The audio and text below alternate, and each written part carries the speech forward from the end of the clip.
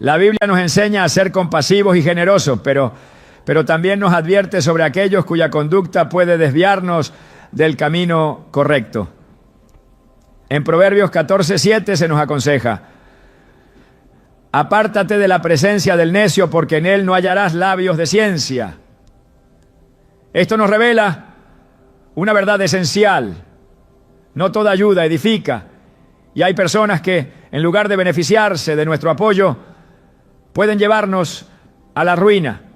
Hoy exploraremos 8 tipos de personas a las que la Biblia nos insta a no ayudar, para que podamos discernir cuándo nuestra compasión debe ir acompañada de sabiduría.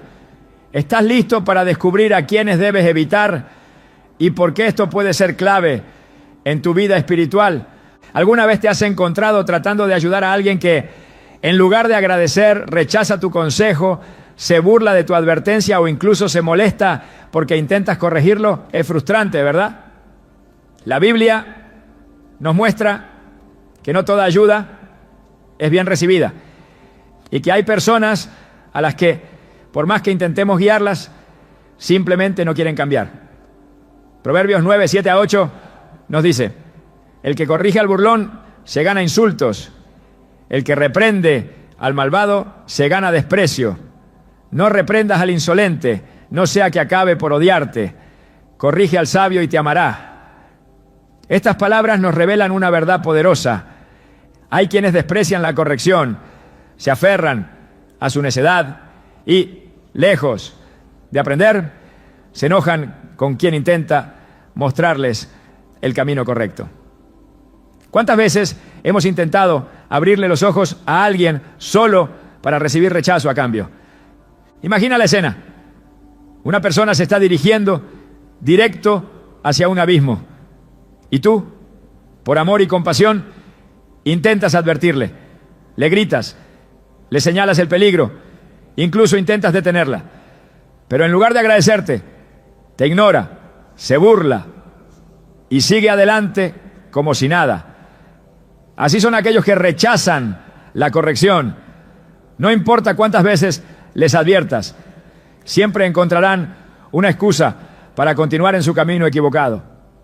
Este tipo de personas no solo ignoran la voz de la sabiduría, sino que la desprecian. En la Biblia encontramos innumerables ejemplos de esto. Uno de los más impactantes es la historia del faraón. En tiempos de Moisés, Dios le envió advertencias a través de señales y milagros, pero su corazón estaba endurecido.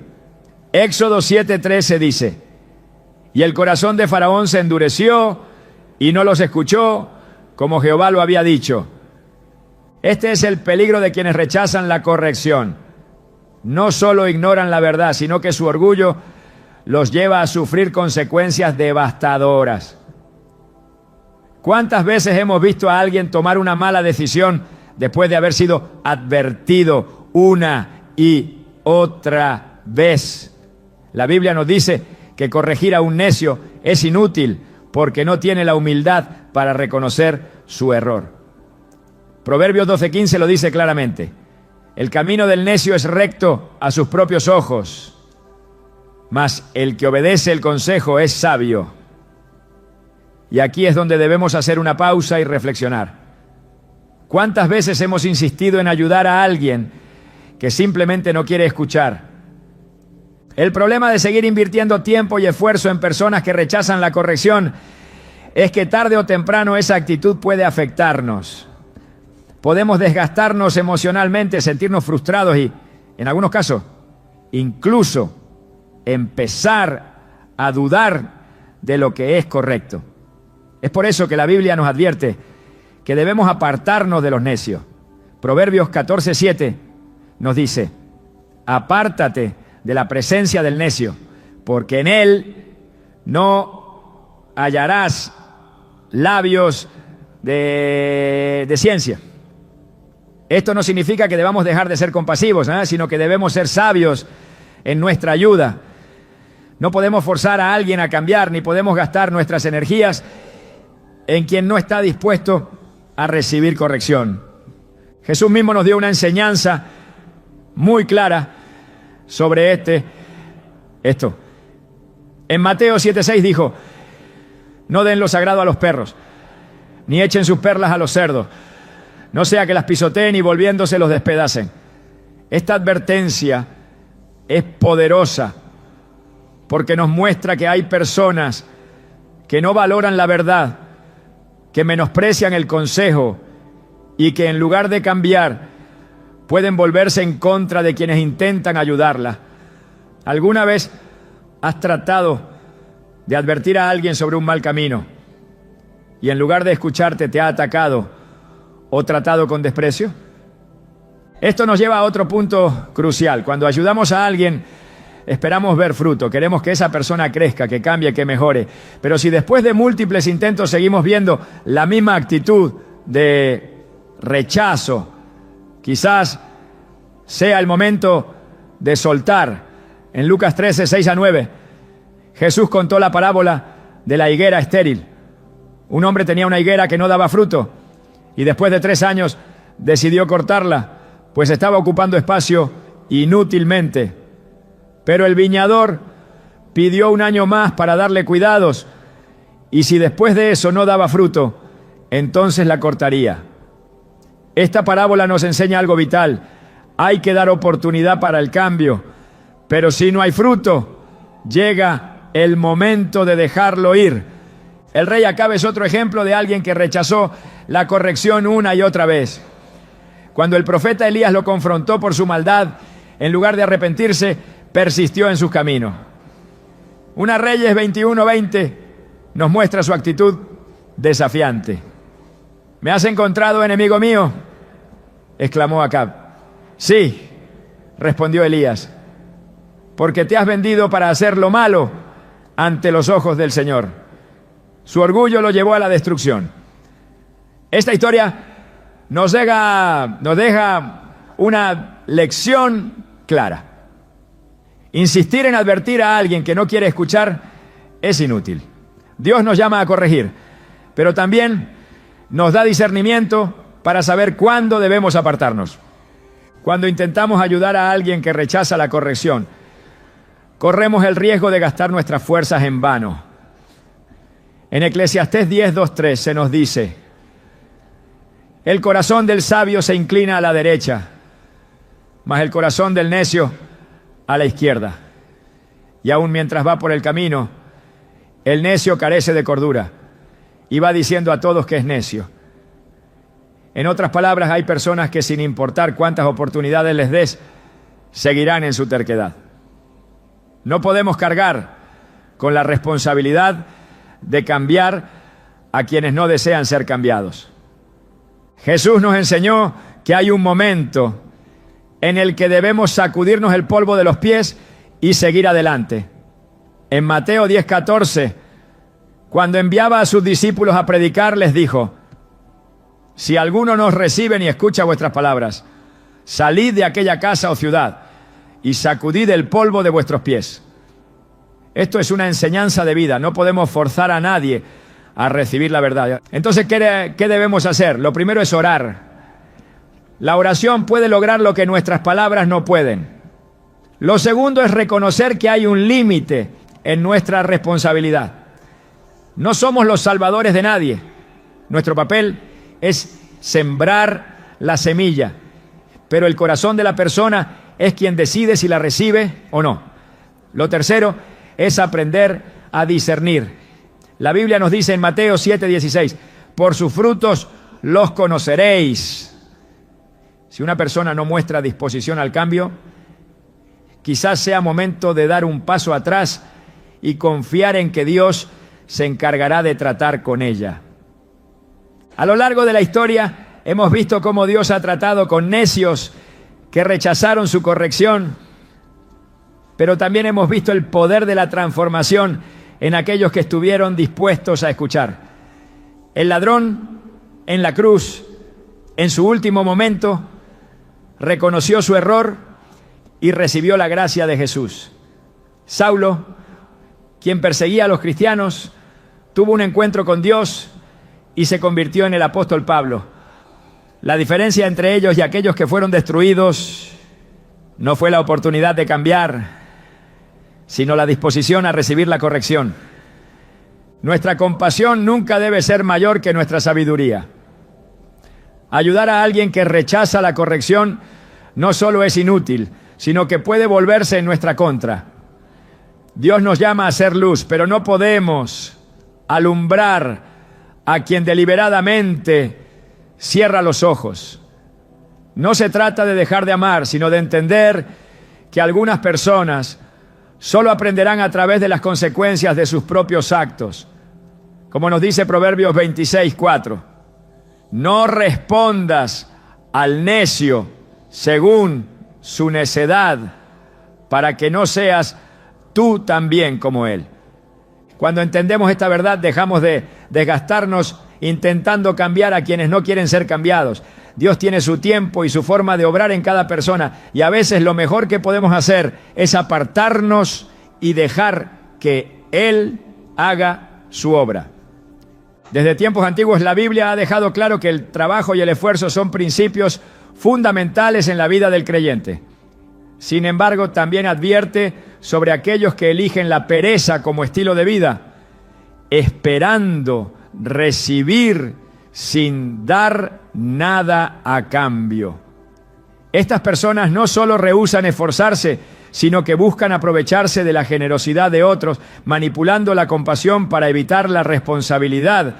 En 2 Tesalonicenses 3:10, el apóstol Pablo fue contundente al decir: el que no quiera trabajar, que tampoco coma. No se trata de una falta de misericordia, sino de un principio divino. Dios bendice el esfuerzo y la inacción voluntaria lleva a la ruina. La Escritura presenta numerosos ejemplos de cómo la pereza y el oportunismo pueden llevar a la destrucción. El libro de Proverbios advierte repetidamente sobre el destino del perezoso, comparándolo con una puerta que gira sobre sus bisagras, sin moverse realmente a ningún lado. Proverbios 26:14 dice: como la puerta gira sobre sus quicios, así el perezoso en su cama. No es solo una imagen de inactividad, sino de un estado mental y espiritual de estancamiento. La pereza no es simplemente falta de acción, es una actitud de resistencia al crecimiento, una negativa a tomar la responsabilidad de la propia vida. En contraste, la Biblia exalta el valor del trabajo y la diligencia. En Proverbios 10:4 se dice: las manos negligentes empobrecen, pero las manos de los diligentes enriquecen. Dios no condena la pobreza ni el sufrimiento, sino la actitud de quien, teniendo la capacidad de actuar, elige no hacerlo. Aquellos que buscan el beneficio sin el esfuerzo se convierten en una carga, drenando los recursos y la energía de quienes trabajan con dedicación. Esta es la razón por la que la ayuda debe ir acompañada de discernimiento. Dar sin dirección no es misericordia, es fomentar la irresponsabilidad. El libro de Jueces presenta un ejemplo claro en la tribu de Dan, que en lugar de luchar por la tierra que Dios les había asignado, buscó la solución fácil apoderándose de una ciudad indefensa. En lugar de enfrentar los desafíos con valentía, escogieron el camino de menor resistencia. Su historia es un recordatorio de que la comodidad puede llevar a la decadencia y que aquellos que rehúsan esforzarse pueden terminar por buscar atajos que los lleven aún más lejos del propósito de Dios. En el Nuevo Testamento, Pablo enfrentó este problema en la iglesia de Tesalónica. Había personas dentro de la comunidad que, en lugar de contribuir al bienestar de todos, pasaban su tiempo en la ociosidad, esperando que otros los sostuvieran. La respuesta de Pablo fue firme. Escuchamos que algunos de entre ustedes andan desordenadamente, sin trabajar en nada, sino entrometiéndose en lo ajeno. 2 Tesalonicenses 3:11. La ociosidad no solo los llevaba a la falta de productividad, sino que los hacía interferir en la vida de los demás. generando discordia en la comunidad. El problema con los perezosos y los aprovechados no es solo la carga que representan, sino la mentalidad que fomentan. Cuando alguien es ayudado sin límites ni condiciones, sin la exigencia de un cambio real, se acostumbra a recibir sin aportar. La ayuda deja de ser una bendición y se convierte en una excusa para seguir en la misma situación. Dios no nos llama a mantener la pereza, sino a desafiarla. En Efesios 4:28 se dice: el que robaba, que no robe más, sino que trabaje haciendo con sus manos lo que es bueno, para que tenga que compartir con el que padece necesidad. El cambio verdadero no ocurre cuando se recibe sin medida, sino cuando se aprende el valor de dar. En la parábola de los talentos, Jesús ilustró la diferencia entre la diligencia y la pereza. Un señor entregó a sus siervos distintas cantidades de dinero, esperando que lo administraran bien. 2 de ellos trabajaron con lo que recibieron y lograron multiplicarlo, pero uno, por miedo y comodidad, escondió su talento en la tierra. Cuando su señor regresó, no recibió palabras de compasión, sino de reprensión. Siervo malo y negligente. Mateo 25:26. Su falta de acción no solo le costó lo que tenía, sino que lo llevó a perder toda oportunidad futura. La enseñanza es clara: Dios nos da oportunidades, pero depende de cada persona aprovecharlas. Aquellos que eligen no hacer nada y esperan que otros cubran sus necesidades están rechazando la responsabilidad que Dios les ha dado. En lugar de ayudar sin discernimiento, la verdadera compasión es enseñar el valor del esfuerzo, motivar el crecimiento y animar a la autosuficiencia. En Gálatas 6:5 se nos dice: cada uno llevará su propia carga. No se trata de abandonar a quien está en necesidad, sino de reconocer que la ayuda no debe reemplazar la responsabilidad personal.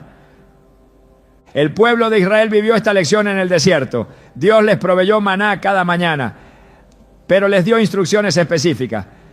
Cada uno debía recoger lo suficiente para ese día y no guardar más de lo necesario. Aquellos que intentaron acumularlo encontraron que el maná se echaba a perder. La lección era clara: Dios provee, pero espera obediencia y acción de nuestra parte. La provisión no es excusa para la inactividad. Cuando Jesús multiplicó los panes y los peces, alimentó a una multitud, pero no convirtió el milagro en un estilo de vida permanente.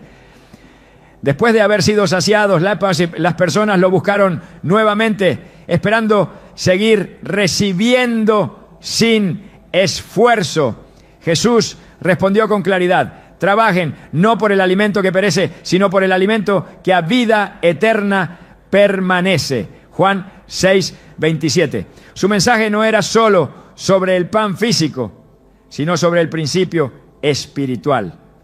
El verdadero alimento viene del esfuerzo y la relación con Dios, no de esperar recibir sin dar nada a cambio. El apóstol Pablo fue un ejemplo de este principio. Aunque tenía derecho a ser sustentado por las iglesias, trabajó con sus propias manos para no ser una carga para nadie. En Hechos 20:34-35, les recordó a los ancianos de Éfeso: ustedes saben que estas manos han servido para mis propias necesidades y las de los que estaban conmigo. En todo les he enseñado que trabajando así se debe ayudar a los necesitados. Y recordar las palabras del Señor Jesús, que dijo: más bienaventurado es dar que recibir. La verdadera ayuda no es perpetuar la dependencia, sino enseñar la autosuficiencia y el esfuerzo. Los principios de Dios son claros: el trabajo dignifica, la diligencia es recompensada y la pereza lleva a la ruina. Ayudar no significa facilitar la inacción. La generosidad debe ir acompañada de sabiduría. Proverbios 19:15 dice: la pereza hace caer en profundo sueño y el alma negligente padecerá hambre. Aquellos que eligen la inacción cosecharán las consecuencias de su decisión. No se trata de cerrar el corazón a la necesidad, sino de dar con propósito. La Biblia nos llama a ser sabios administradores de nuestros recursos, a discernir cuándo ayudar y cuándo dejar que alguien enfrente las consecuencias de su falta de esfuerzo. En Proverbios 6, 6 a 8 se nos exhorta: ve a la hormiga, oh perezoso, mira sus caminos y sé sabio.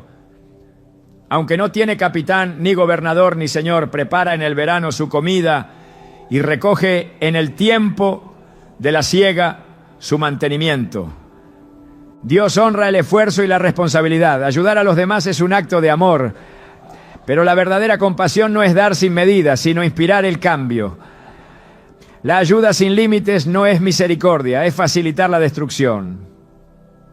Cuando se entiende este principio, se aprende que la verdadera bendición no está solo en recibir, sino en aprender a dar, en crecer y en asumir la responsabilidad que Dios nos ha confiado. Desde tiempos antiguos, la necedad ha sido una trampa que impide la transformación y aleja a las personas de la verdad. No se trata solo de ignorancia, sino de una actitud de rebeldía contra la sabiduría. La Escritura advierte que hay quienes no solo rechazan el consejo, sino que insisten en justificar el pecado y lo convierten en su estilo de vida. En Proverbios 26:11 se dice: como perro que vuelve a su vómito, así es el necio que repite su necedad. Este versículo expone una realidad difícil de aceptar. Hay quienes, incluso después de experimentar las consecuencias de sus errores, regresan al mismo camino una y otra vez. Ayudar a alguien que ama el pecado es correr el riesgo de que esa persona no solo rechace la corrección, sino que intente arrastrar a otros con ella. El pueblo de Israel enfrentó constantemente este problema. Dios les advirtió sobre los peligros de la idolatría, pero repetidamente volvieron a ella, a pesar de haber sido testigos de la destrucción que traía consigo. En Jueces 2:19 se describe este patrón de conducta. Pero acontecía que cuando moría el juez, ellos volvían atrás y se corrompían más que sus padres, siguiendo a dioses ajenos para servirles e inclinándose delante de ellos. No se apartaban de sus obras ni de su obstinado camino. Esta actitud no solo causó su ruina, sino que también los alejó de la bendición de Dios. Quienes aman el pecado no buscan ayuda para cambiar, sino para justificar sus acciones. En el libro de Números, el pueblo se rebeló contra Dios una y otra vez, a pesar de haber visto su provisión y sus milagros. En lugar de arrepentirse, se quejaban y deseaban volver a Egipto, al lugar de su esclavitud. Números 11:4 a 6 narra su actitud. Y la gente extranjera que se mezcló con ellos tuvo un vivo deseo. Y los hijos de Israel también volvieron a llorar y dijeron: ¿quién nos diera a comer carne? Nos acordamos del pescado que comíamos en Egipto, de balde, de los pepinos, los melones, los puerros, las cebollas y los ajos. Y ahora nuestra alma se seca, pues nada sino este maná ven nuestros ojos. La ingratitud y la insistencia en desear lo que Dios ya les había liberado muestran cómo algunos prefieren la comodidad del pecado antes que el sacrificio de la obediencia. La Escritura deja claro que no se puede caminar con Dios y al mismo tiempo aferrarse al pecado. En el 1 Juan 3:6 se advierte: todo aquel que permanece en él no peca. Todo aquel que peca no le ha visto ni le ha conocido. Aquellos que eligen el pecado como su estilo de vida demuestran que no tienen un verdadero deseo de cambio. Por esta razón, ayudar a una persona que ama el pecado no solo es inútil, sino que puede convertirse en un obstáculo para nuestro propio crecimiento. El rey Acab es un ejemplo de alguien que recibió advertencias de Dios, pero se negó a cambiar. A pesar de los mensajes enviados por el profeta Elías, continuó en su maldad, impulsado por su esposa Jezabel. En el primer Rey 21, 25, 26 se dice: a la verdad ninguno fue como Acab, que se vendió para hacer lo malo ante los ojos de Jehová, porque Jezabel, su mujer, lo incitaba. Él fue en gran manera abominable, caminando en pos de los ídolos, conforme a todo lo que hicieron los amorreos, a quienes lanzó Jehová delante de los hijos de Israel. Su destino fue la destrucción, no porque no tuviera oportunidad de arrepentirse, sino porque eligió persistir en su pecado. En el Nuevo Testamento, Judas Iscariote representa otro ejemplo de alguien que, a pesar de haber estado cerca de la verdad, decidió rechazarla. Caminó con Jesús, vio sus milagros, escuchó sus enseñanzas, pero su amor por el dinero fue más fuerte. Juan 12, 6 revela su verdadera naturaleza. Pero dijo esto no porque se preocupara por los pobres, sino porque era ladrón y, teniendo la bolsa, sustraía de lo que se echaba en ella. Su final no fue consecuencia de la falta de oportunidad, sino de su propia decisión de aferrarse al pecado. Jesús enseñó que la ayuda no debe darse indiscriminadamente. En Mateo 7:6 advirtió: no den lo sagrado a los perros, ni echen sus perlas a los cerdos, no sea que las pisoteen y volviéndose los despedacen. Esta afirmación no es una falta de amor, sino una advertencia sobre la realidad de quienes no valoran la verdad. Dar a alguien que no quiere recibir es desperdiciar lo que Dios ha dado para edificación. La diferencia entre un pecador que busca la redención y uno que ama su pecado está en la disposición del corazón. La Biblia nos muestra ejemplos de personas que, aunque cayeron en pecado, se arrepintieron y fueron restauradas. David cometió graves errores, pero cuando fue confrontado por el profeta Natán, su respuesta fue el arrepentimiento genuino. En el Salmo 51:10 clamó: crea en mí, oh Dios, un corazón limpio y renueva un espíritu recto dentro de mí.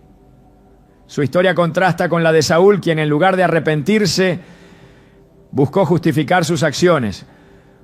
Pablo escribió en Romanos 1 sobre aquellos que, conociendo a Dios, decidieron ignorarlo y entregarse al pecado. En Romanos 1:28-32 describen su actitud. Y como no aprobaron tener en cuenta a Dios, Dios los entregó a una mente reprobada para hacer cosas que no convienen, estando atestados de toda injusticia, fornicación, perversidad, avaricia, maldad, llenos de envidia, homicidios, contiendas, engaños y malignidades. La repetición del pecado sin deseo de cambio endurece el corazón y lo aleja de toda corrección. La Escritura nos llama a ser luz, pero no a forzar a nadie a caminar en ella. En Efesios 5:11 se nos dice: no participéis en las obras infructuosas de las tinieblas, sino más bien reprendedlas. El llamado no es a tolerar el pecado, ni a apoyar a quienes lo promueven, sino a mantenernos firmes en la verdad. Dios es paciente y su gracia está disponible para todos, pero también es justo. En Hebreos 10:26 se hace una advertencia clara: porque si pecamos voluntariamente después de haber recibido el conocimiento de la verdad, ya no queda más sacrificio por los pecados. Esto nos muestra que, aunque Dios ofrece misericordia, hay quienes la desprecian voluntariamente. El apóstol Pedro escribió sobre aquellos que tuercen la verdad para justificar su mal camino. En 2 Pedro 2:19-20 señala: les prometen libertad y son ellos mismos esclavos de corrupción, porque el que es vencido por alguno es hecho esclavo del que lo venció. Ciertamente, si habiéndose ellos escapado de las contaminaciones del mundo por el conocimiento del Señor y Salvador Jesucristo, enredándose otra vez en ellas, son vencidos, su postrer estado viene a ser peor que el primero. Ayudar a alguien que no quiere dejar el pecado no es solo inútil, sino peligroso. en lugar de acercarlo a la verdad, puede hacer que quien intenta corregirlo sea arrastrado por su influencia. Primera epístola a los Corintios 15:33 lo expresa claramente. No erréis. Las malas conversaciones corrompen las buenas costumbres. Quienes insisten en vivir en pecado no solo afectan su propia vida, sino la de quienes los rodean. La enseñanza de la Escritura es clara. El amor no es sinónimo de tolerancia al pecado. La verdadera compasión busca la restauración. Pero cuando alguien se niega a cambiar, la mejor decisión es apartarse.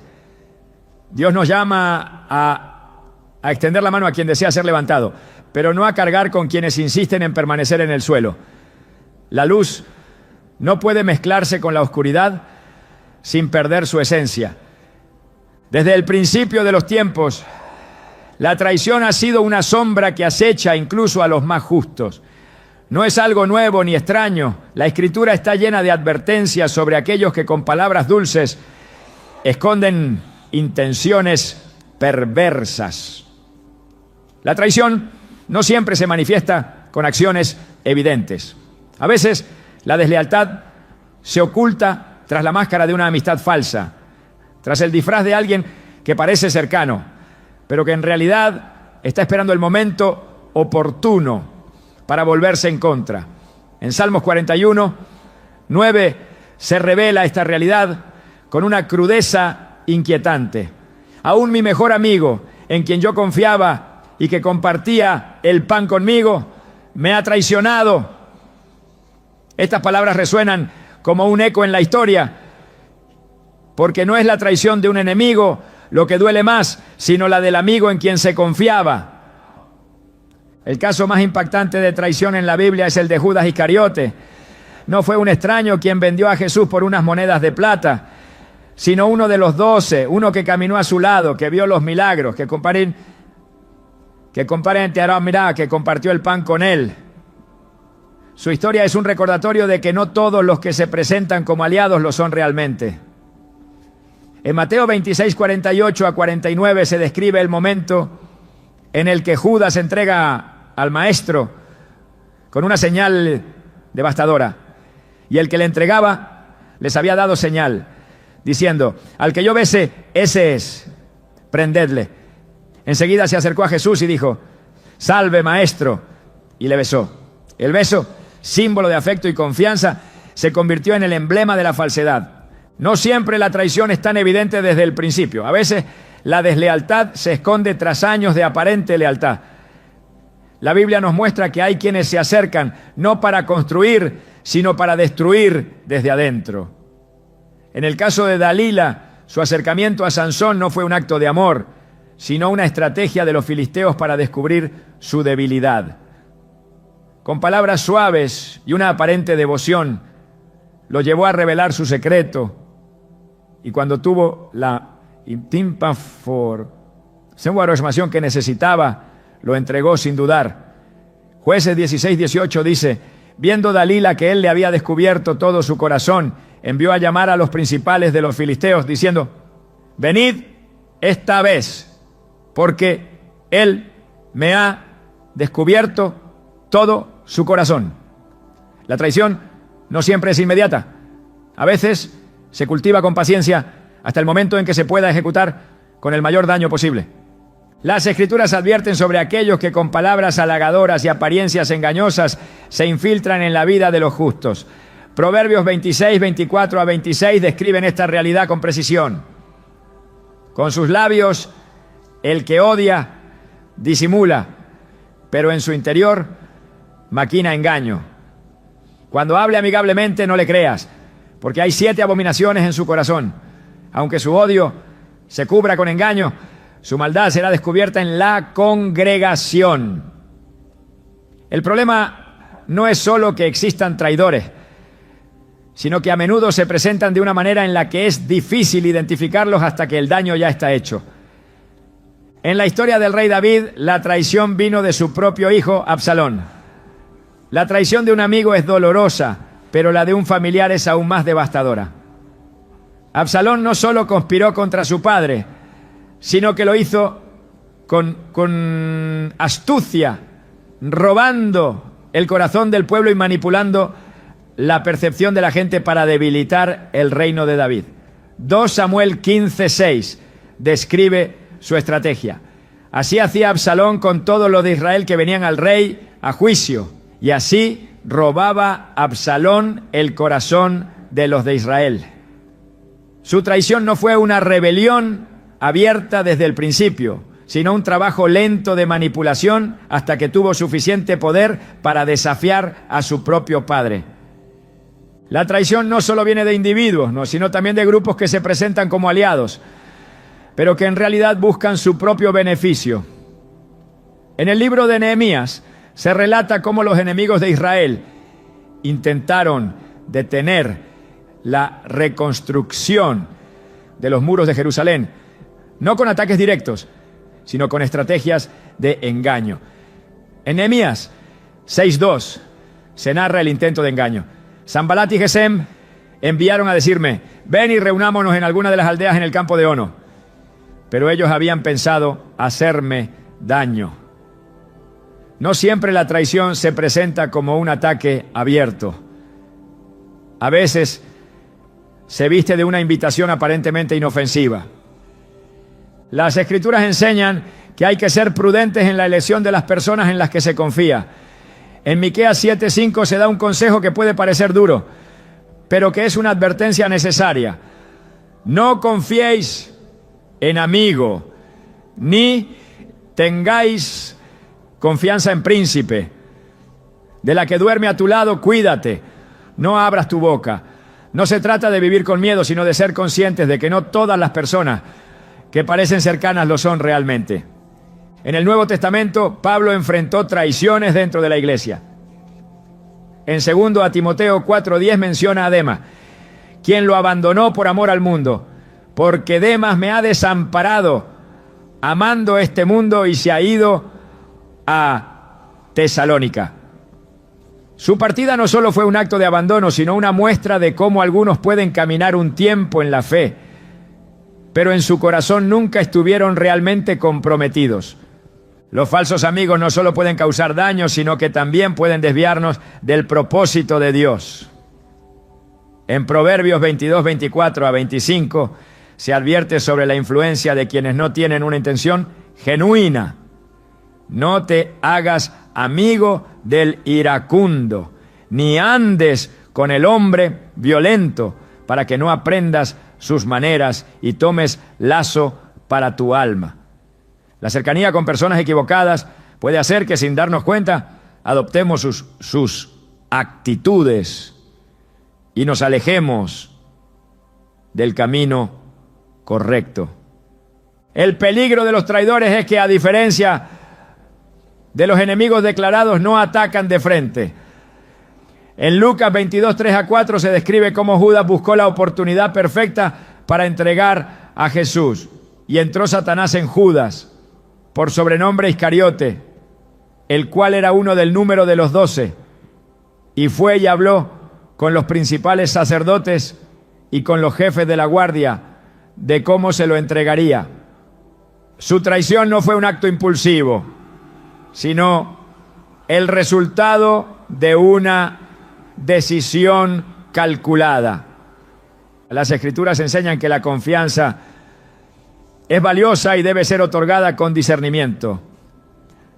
En Jeremías 9:4 se advierte: guárdese cada uno de su compañero y en ningún hermano tenga confianza, porque todo hermano engañará con falacia y todo compañero andará calumniando. La prudencia no es falta de amor, sino un acto de sabiduría. Dios es quien da justicia en medio de la traición. David, después de ser perseguido y traicionado, escribió en el Salmo 55:22: echa sobre Jehová tu carga, y él te sustentará. No dejará para siempre caído al justo. Aunque la traición es dolorosa, la justicia de Dios es segura. El camino de la sabiduría es reconocer que no todos los que se acercan lo hacen con buenas intenciones. No se trata de vivir con desconfianza, sino de aprender a discernir quiénes realmente caminan en la verdad. Jesús, aún sabiendo quién lo traicionaría, cumplió su propósito sin desviarse. Esa es la enseñanza más poderosa. La traición puede venir, pero nunca debe apartarnos del camino que Dios ha trazado. Desde tiempos antiguos la Escritura ha dejado en claro que no todas las alianzas son buenas ni todas las compañías son edificantes. Hay caminos que parecen de ayuda y misericordia, pero que en realidad solo conducen a la confusión y al alejamiento de la verdad. No todo aquel que extiende la mano lo hace con intenciones puras, y no todos los que buscan apoyo merecen ser sostenidos. Existen personas que no solo rechazan la verdad, sino que se levantan en abierta rebelión contra Dios, desafiando sus principios y arrastrando con ellos a quienes los rodean. La palabra advierte con firmeza sobre este peligro, llamando a los justos a separarse de aquellos que, con su actitud y acciones, se oponen a la voluntad divina. En 2 Corintios 6:14 se da una instrucción clara y contundente.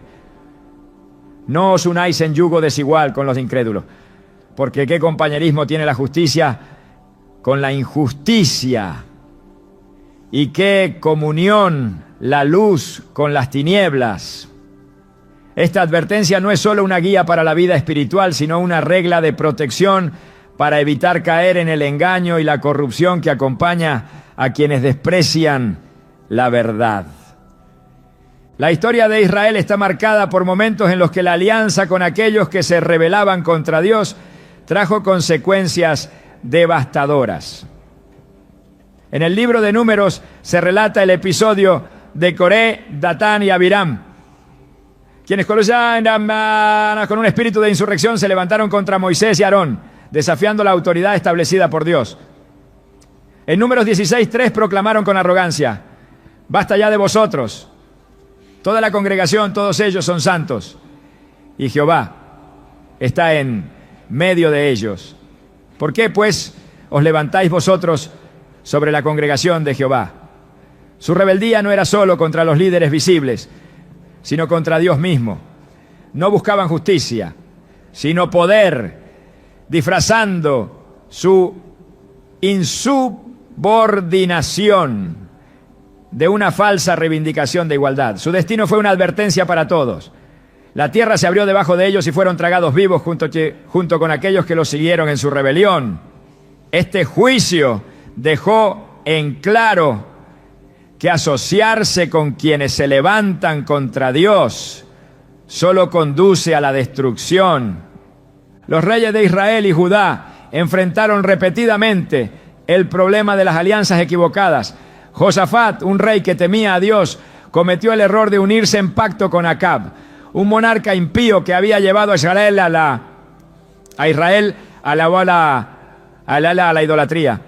A pesar de ser advertido, Josafat se alió con él en una batalla que no debía librar. En 2 Crónicas 19:2, el profeta Jehú lo confrontó con una pregunta que expuso el peligro de su decisión. ¿Al impío das ayuda y amas a los que aborrecen a Jehová? Pues ha caído sobre ti la ira de Jehová por esto. La asociación con Acab casi le costó la vida y puso en riesgo su reino. Aunque Dios lo rescató, su error dejó una marca en su reinado y en su descendencia. La Escritura no solo advierte sobre los peligros de estas alianzas, sino que también muestra la estrategia de aquellos que se rebelan contra Dios. No siempre se presentan como enemigos declarados, sino que muchas veces operan desde la persuasión y la manipulación. En el libro de Nehemías, cuando éste intentaba reconstruir los muros de Jerusalén, enfrentó la oposición de hombres como Sanbalat y Tobías, quienes primero intentaron intimidarlo y, cuando eso no funcionó, buscaron engañarlo con una aparente oferta de paz. En Nehemías 6:12 describe su táctica. Sanbalat y Gesem me enviaron a decirme: Ven y reunámonos en alguna de las aldeas en el campo de Ono. Mas ellos pensaban hacerme mal. No todos los que buscan una conexión lo hacen con buenas intenciones. Algunos desean arrastrar con ellos a quienes están firmes en la fe, disfrazando su rebelión con palabras de conciliación. En el Nuevo Testamento, Pablo advierte contra aquellos que se infiltran entre los creyentes con la intención de desviar a los fieles. En Romanos 16, 17 a 18 exhorta con claridad: os ruego, hermanos, que os fijéis en los que causan divisiones y tropiezos contra la doctrina que vosotros habéis aprendido, y que os apartéis de ellos, porque tales personas no sirven a nuestro Señor Jesucristo, sino a sus propios vientres, y con suaves palabras y lisonjas engañan los corazones de los ingenuos. No basta con identificarlos, es necesario apartarse de ellos, pues su influencia es corruptora. La historia de Balaam muestra otro ángulo de este problema. Aunque era un profeta, su corazón no estaba alineado con Dios. Fue contratado por el rey Balac para maldecir a Israel. Y aunque Dios no se lo permitió, Balaam ideó una estrategia aún más peligrosa. En lugar de atacar a Israel directamente, los llevó al pecado. En Apocalipsis 2:14 se menciona su error: pero tengo unas pocas cosas contra ti, que tienes ahí a los que retienen la doctrina de Balaam, que enseñaba a Balac a poner tropiezo ante los hijos de Israel, a comer de cosas sacrificadas a los ídolos y a cometer fornicación. Quienes se rebelan contra Dios no siempre actúan con hostilidad abierta. A veces su estrategia es la seducción, llevando a otros a caer sin que lo perciban de inmediato. Jesús mismo advirtió sobre los falsos maestros que vendrían disfrazados de ovejas, pero que en realidad serían lobos rapaces.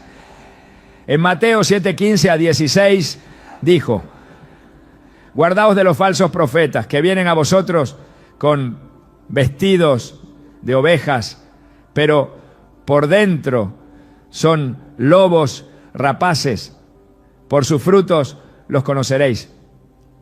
No es la apariencia lo que define a una persona, sino sus acciones y su fruto a lo largo del tiempo. Aquellos que persisten en su rebelión, que desprecian la corrección y buscan desviar a otros, no pueden ser considerados dignos de confianza ni merecedores de ayuda. El rechazo de la verdad tiene consecuencias inevitables. En el libro de Jeremías, el pueblo de Judá rechazó repetidamente las advertencias de Dios, prefiriendo escuchar a falsos profetas que les prometían paz cuando no la habría. Jeremías 6:14 describe su engaño. Curan la herida de mi pueblo con liviandad, diciendo: paz, paz, y no hay paz.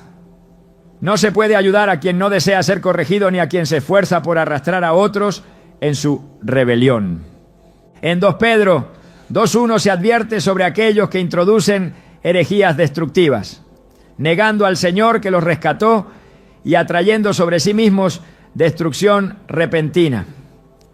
La actitud de aquellos que se oponen a Dios no es solo un problema personal, sino un peligro para quienes los rodean. La Biblia no solo llama a identificarlos, ¿no?, sino a alejarse de ellos para no ser partícipes de su destino. Dios ofrece misericordia a quienes se arrepienten, pero es firme con aquellos que eligen resistirse a su voluntad. La historia del faraón en Éxodo es un recordatorio de que cuando alguien endurece su corazón contra Dios, el juicio es inevitable. A pesar de las señales y las plagas, su rebeldía lo llevó a la ruina, y con él a toda su nación. En Éxodo 14:17 Dios declara: y he aquí, yo endureceré el corazón de los egipcios, para que entren tras ellos, y yo me glorificaré en Faraón y en todo su ejército, en sus carros y en su caballería. No hay neutralidad cuando se trata de aquellos que se rebelan contra Dios. O se camina en la verdad o se participa en la rebelión, aunque sea de manera indirecta. En el 1 Juan 2:19 se señala la diferencia entre quienes realmente pertenecen a Dios y quienes solo parecen estar con Él. Salieron de nosotros, pero no eran de nosotros, porque si hubiesen sido de nosotros, habrían permanecido con nosotros. Pero salieron para que se manifestase que no todos son de nosotros. La decisión de ayudar debe ir acompañada de discernimiento, porque no todo el que extiende la mano lo hace para recibir con sinceridad. Algunos solo buscan arrastrar a otros con ellos. Desde tiempos antiguos la Escritura advierte sobre aquellos que en lugar de buscar la paz siembran discordia y conflicto. No solo causan división, sino que destruyen relaciones, envenenan corazones y debilitan la unidad entre los creyentes. Sus palabras son como fuego que consume, encendiendo disputas donde antes había armonía. Proverbios 6:16-19 menciona a aquellos que Dios aborrece, y entre ellos se encuentra el que siembra discordia entre hermanos. No se trata solo de una actitud equivocada, sino de una naturaleza destructiva que busca fragmentar lo que Dios ha unido. Estas personas no edifican, no restauran, no sanan. Su presencia se traduce en caos, su consejo en confusión y su influencia en ruina. Las Escrituras muestran cómo la discordia ha sido utilizada como una herramienta de destrucción a lo largo de la historia. En el libro de Números, Coré y sus seguidores se levantaron contra Moisés y Aarón, sembrando descontento entre el pueblo de Israel. No presentaron su rebelión como un acto de desobediencia, sino como una supuesta lucha por justicia y equidad. En Números 16:3 confrontaron a Moisés con palabras manipuladoras. Basta ya de vosotros, toda la congregación, todos ellos son santos, y Jehová está en medio de ellos. ¿Por qué pues os levantáis vosotros sobre la congregación de Jehová? Con sus palabras sembraron dudas, envenenaron corazones y provocaron que muchos se apartaran del liderazgo legítimo. Pero Dios no ignoró su perversidad. La tierra se abrió y los tragó vivos, mostrando que la discordia no solo destruye a quienes la fomentan, sino que arrastra consigo a quienes los escuchan. Las divisiones no siempre comienzan con grandes conflictos. A veces una simple palabra malintencionada es suficiente para quebrantar la confianza y abrir la puerta a la enemistad. La historia de Absalón es un claro ejemplo de esto. No desafió abiertamente a su padre, el rey David, desde el inicio. Primero trabajó en las sombras, robando el corazón del pueblo con palabras calculadas. En 2 Samuel 15:2-6 se describe su estrategia.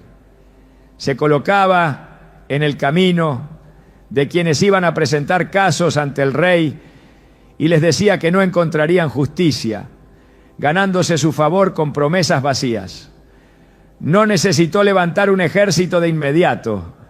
Sembró discordia lentamente hasta que tuvo suficiente apoyo para intentar usurpar el trono. La división que causó no solo trajo sufrimiento a su padre, sino que llevó a una guerra civil en Israel. La discordia no solo se manifiesta en rebelión contra la autoridad, sino también en el engaño y la maledicencia. En el libro de Esther, Amán encarnó este espíritu de división cuando, por odio a Mardoqueo, decidió exterminar a todo el pueblo judío. Su estrategia fue astuta. En lugar de atacar directamente a Mardoqueo, presentó a los judíos como una amenaza para el reino. Esther 3:8 relata sus palabras al rey Asuero. Hay un pueblo esparcido y disperso entre los pueblos en todas las provincias de tu reino, y sus leyes son diferentes de las de todo pueblo, y no guardan las leyes del rey, y al rey nada le beneficia el dejarlos vivir. Su mentira disfrazada de preocupación llevó al decreto de muerte contra un pueblo entero. Así es como operan quienes siembran discordia, manipulan, exageran y distorsionan la verdad hasta convertirla en un arma contra los inocentes. Las advertencias de las Escrituras son claras. En Tito 3:10-11 se da una instrucción precisa. Al hombre que cause divisiones, después de una y otra amonestación, deséchalo, sabiendo que el tal se ha pervertido y peca, y está condenado por su propio juicio. No se trata de debatir con ellos ni de intentar corregirlos indefinidamente. La discordia no es un simple error, sino una actitud de corazón que, si no es abandonada, corrompe por completo. Quienes insisten en dividir no buscan la verdad ni la reconciliación. Su propósito es destruir y arrastrar consigo a quienes estén dispuestos a escucharlos. Jesús también enfrentó a quienes causaban división dentro del pueblo de Dios. Los fariseos, con su hipocresía y su legalismo, imponían cargas pesadas sobre la gente, creando separación entre ellos y la misericordia de Dios. En Mateo 23:13 les hizo una fuerte advertencia. ¡Ay de vosotros, escribas y fariseos hipócritas! Porque cerráis el reino de los cielos delante de los hombres, pues ni entráis vosotros, ni dejáis entrar a los que están entrando. No solo desviaban a las personas de la verdad, sino que impedían que otros accedieran a la gracia. La discordia no siempre se presenta en forma de enfrentamiento abierto. A veces se esconde detrás de la falsa piedad y la manipulación de la fe. El apóstol Pablo enfrentó este problema en la iglesia primitiva. En sus cartas advirtió repetidamente sobre aquellos que, en lugar de fortalecer la unidad, se dedicaban a sembrar conflictos y disputas. En Romanos 16:17-18 escribió: os ruego, hermanos, que os fijéis en los que causan divisiones y tropiezos contra la doctrina que vosotros habéis aprendido, y que os apartéis de ellos, porque tales personas no sirven a nuestro Señor Jesucristo, sino a sus propios vientres, y con suaves palabras y lisonjas engañan los corazones de los ingenuos. No todos los que hablan en nombre de Dios tienen una intención pura. Algunos solo buscan exaltarse a sí mismos, sin importar el daño que causan en el proceso. El peligro de la discordia no radica únicamente en las palabras de quienes la siembran, sino en la disposición de quienes la reciben. En 2 Timoteo 4:3-4 se advierte sobre aquellos que preferirán escuchar lo que agrada a sus oídos en lugar de la verdad. Porque vendrá tiempo cuando no sufrirán la sana doctrina, sino que, teniendo comezón de oír, se amontonarán maestros conforme a sus propias concupiscencias, y apartarán de la verdad el oído y se volverán a las fábulas. No basta con identificar a quienes causan división. Es necesario cerrar los oídos a sus palabras y apartarse de su influencia. Las Escrituras no solo muestran las consecuencias de la discordia, sino que también revelan el destino de quienes la practican. En el Salmo 55:23 se declara: mas tú, oh Dios, harás descender a aquellos al pozo de perdición. Los hombres sanguinarios y engañadores no llegarán a la mitad de sus días, pero yo en ti confiaré. No importa cuánto parezcan prosperar, su camino los lleva a la ruina. Dios no ignora la injusticia, ni deja sin castigo a quienes destruyen la armonía entre sus hijos. El propósito del Evangelio es la reconciliación, no la división. Efesios 4:3 exhorta a los creyentes a esforzarse por preservar la unidad del Espíritu en el vínculo de la paz. No significa tolerar el pecado ni comprometer la verdad, sino evitar caer en el juego de aquellos que buscan sembrar enemistad dentro del pueblo de Dios. La ayuda debe dirigirse a quienes buscan la verdad, no a quienes la utilizan como herramienta para causar conflicto. El fin de quienes siembran discordia es la soledad y el juicio. Su influencia puede extenderse por un tiempo, pero eventualmente su propia maldad los consume. Salmos 37, 35 a 36 lo describe de manera contundente. Vi yo al impío sumamente enaltecido y que se extendía como un laurel verde, pero pasó y he aquí ya no estaba. Lo busqué y no fue hallado. Así como la maleza es arrancada y echada al fuego, así también será el destino de quienes dedican su vida a destruir en lugar de edificar. La Escritura es clara en cuanto a la actitud que se debe tomar ante estos individuos. No es suficiente con reconocerlos, es necesario apartarse de ellos y evitar cualquier asociación con su maldad. Proverbios 22:10 lo dice sin rodeos: echa fuera al escarnecedor y saldrá la contienda, cesará también la rencilla y la afrenta. No se puede construir sobre un terreno minado por la discordia. La ayuda, cuando no se da con discernimiento, solo fortalece a quienes usan su influencia para dividir. Dios no llama a sostener lo que Él mismo ha determinado desechar. La ayuda es un principio fundamental en la vida cristiana. Jesús enseñó que debemos amar al prójimo, extender la mano al necesitado y actuar con misericordia. Pero también dejó claro que la compasión debe ir acompañada de discernimiento. No toda ayuda edifica, ni toda intención de socorrer se traduce en bendición. La Biblia no solo nos enseña a dar, sino también a reconocer cuando retener la mano es el acto más sabio. La dirección de Dios no nos llama a cargar con lo que Él no nos ha mandado soportar, ni a caminar junto a quienes desprecian su corrección. Comprender esta verdad no es un acto de dureza, sino de obediencia. El error más común al tratar con este tema es confundir amor con permisividad. La verdadera compasión no consiste en reforzar actitudes destructivas ni en sostener a quien insiste en caminar fuera de la voluntad de Dios. A lo largo de la historia bíblica, Dios siempre ha mostrado su disposición a extender su gracia, pero también ha demostrado que no fuerza a nadie a recibirla. Hay quienes, aun viendo la luz, eligen permanecer en tinieblas. Dios no impide que sigan su camino, pero tampoco los respalda. En Jeremías 7:16, Dios da una orden sorprendente al profeta.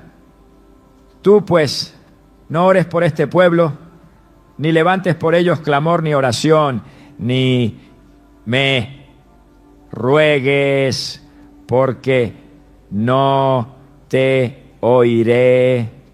No porque Dios carezca de amor, sino porque hay corazones que han cruzado un punto en el que su rebeldía es irreversible. El Señor conoce quién está dispuesto a escuchar y quién ha decidido endurecerse.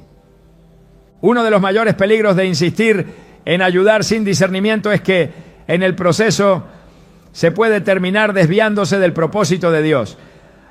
En ocasiones, la carga de sostener a quien no quiere ser corregido se convierte en un obstáculo para seguir adelante. Jesús dijo en Lucas 9:62, ninguno que poniendo su mano en el arado mira hacia atrás es apto para el reino de Dios. Aferrarse a lo que Dios ha ordenado dejar atrás impide avanzar.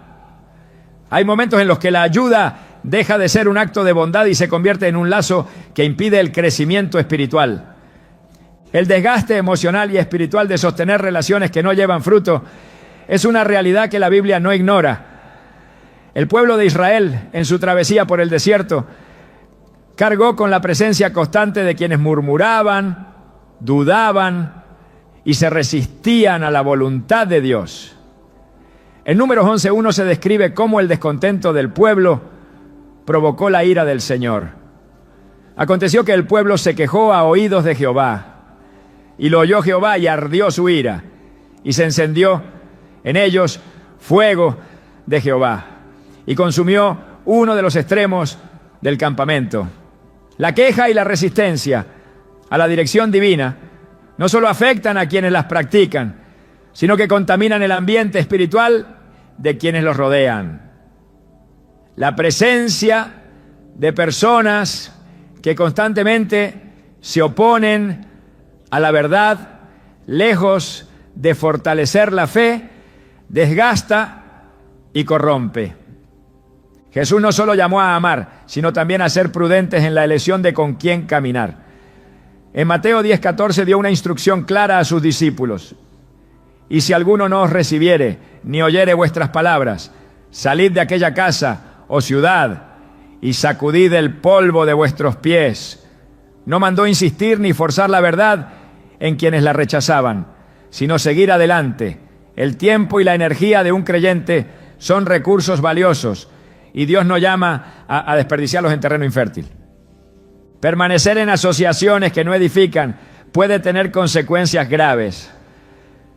En el caso de Lot, su decisión de vivir en Sodoma lo expuso a un entorno corrupto que con el tiempo afectó su juicio. Génesis 19:10 describe cómo, aun cuando los ángeles lo urgían a salir antes de la destrucción de la ciudad, él se resistía. Y deteniéndose él, los varones asieron de su mano y de la mano de su mujer y de las manos de sus 2 hijas, según la misericordia de Jehová para con él, y lo sacaron y lo pusieron fuera de la ciudad. La influencia del entorno en el que permaneció fue tan fuerte que no solo le costó la vida de su esposa, sino que sus propias hijas habían sido contaminadas por la inmoralidad de la ciudad. La lección es clara: permanecer demasiado tiempo junto a quienes se resisten a la corrección puede llevar a la destrucción. El apego emocional a quienes Dios ha llamado a soltar puede nublar el discernimiento. Samuel, después de haber ungido a Saúl como rey, se aferró a la esperanza de su restauración, aun cuando Dios ya lo había desechado. En el primer libro de Samuel, capítulo 16, versículo 1, el Señor confrontó su dolor con una pregunta decisiva: ¿hasta cuándo llorarás a Saúl habiéndolo yo desechado para que no reine sobre Israel? La insistencia en ayudar a quien quiere ser a quien no quiere ser transformado puede llevar a una lucha contra la misma voluntad de Dios. El llamado a la prudencia en la ayuda no es una excusa para la indiferencia, sino una invitación a actuar con sabiduría. Jesús no dio su tiempo a todos por igual. Buscó a los perdidos, sanó a los enfermos y predicó a las multitudes, pero también se apartó cuando fue necesario. En Juan 6:66 se describe cómo muchos de sus discípulos lo abandonaron cuando sus enseñanzas se volvieron demasiado difíciles de aceptar. Desde entonces muchos de sus discípulos volvieron atrás y ya no andaban con él. No intentó detenerlos, no rogó que se quedaran. Entendía que el compromiso con la verdad no puede ser forzado. Dios no llama a sostener lo que él mismo ha desechado. En el libro de Jueces, cuando Gedeón reunió un ejército para enfrentar a los madianitas, el Señor le ordenó reducir su número. En Jueces 7:2 le dijo: el pueblo que está contigo es mucho para que yo entregue a los madianitas en su mano. No sea que se alabe Israel contra mí diciendo: mi mano me ha salvado. La reducción del ejército no fue una pérdida, sino una purificación. Dios no necesita multitudes, sino personas dispuestas a caminar en su dirección. No siempre la cantidad significa fortaleza. A veces soltar es la clave para ver su poder manifestado. El deseo de ayudar a otros es una virtud, pero cuando se extiende sin discernimiento, puede convertirse en un obstáculo. No toda tierra es fértil para la siembra, ni todo corazón está dispuesto a recibir corrección. En Mateo 7:6, Jesús dio una advertencia sobre la manera en que se debe administrar la verdad. No deis lo santo a los perros, ni echéis vuestras perlas delante de los cerdos, no sea que las pisoteen y se vuelvan y os despedacen. No se trata de desprecio, sino de reconocer que hay quienes no valoran lo que se les ofrece y en su desprecio pueden convertirse en un peligro para quienes intentan ayudarlos. La sabiduría consiste en identificar cuándo la ayuda es una semilla y cuándo se convierte en una carga. En Hebreos 12:1 se exhorta a los creyentes a despojarse de todo peso que impida correr con perseverancia la carrera de la fe. Despojémonos de todo peso y del pecado que nos asedia y corramos con paciencia la carrera que tenemos por delante. No todo peso es pecado, pero cualquier carga que impida avanzar debe ser dejada atrás. El amor y el discernimiento deben caminar juntos. Dios no llama a sostener lo que Él ha determinado que caiga, ni a caminar con quienes han decidido rebelarse contra su voluntad. El verdadero llamado no es cargar con quienes rechazan la corrección, sino mantenerse firme en el camino de la verdad, sin distracciones ni compromisos que desvíen del propósito divino. La ayuda no debe ser un lazo que ate, sino un puente que conduzca a la transformación. Y cuando la transformación no es aceptada, el llamado es claro: seguir adelante, sin mirar atrás.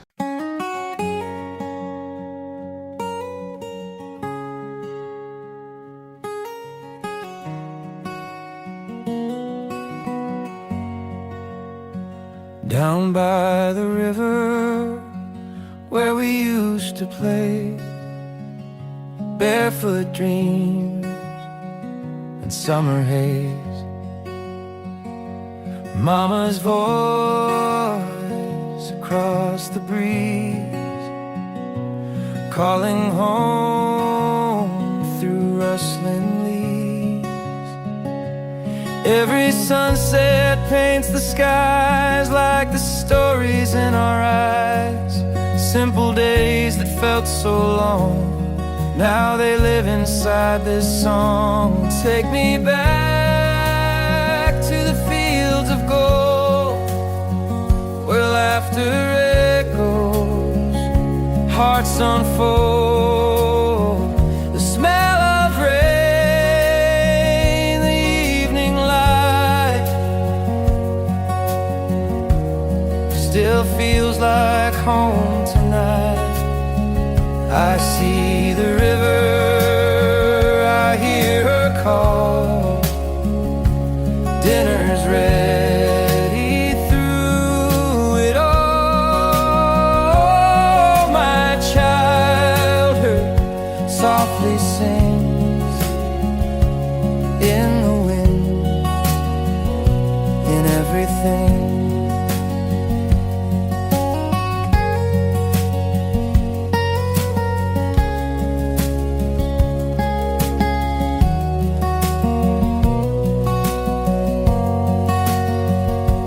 Paper boats and dragonflies, chasing time beneath blue skies. Every smile, a piece of me, still floating on that memory. Maybe life will lead me far, but I'll remember who we are. The soil, the sky, the love we knew. My heart still runs back to you. Take me back